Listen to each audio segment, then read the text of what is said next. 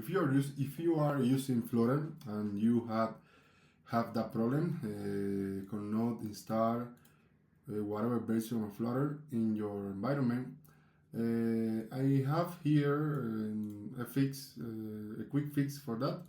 You only have to go to the FVM folder. FVM folder is because I'm using FVM for manage the version of Flutter.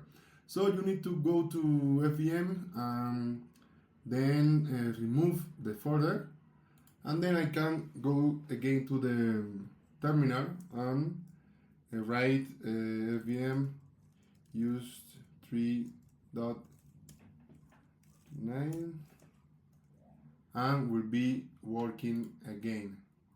So now I can run my previous command again, and as you can see, the code is working. I hope that this video will help you to solve that problem. So subscribe to my channel, and I will be uploading book fixes related to Flutter and mobile development. Thank you.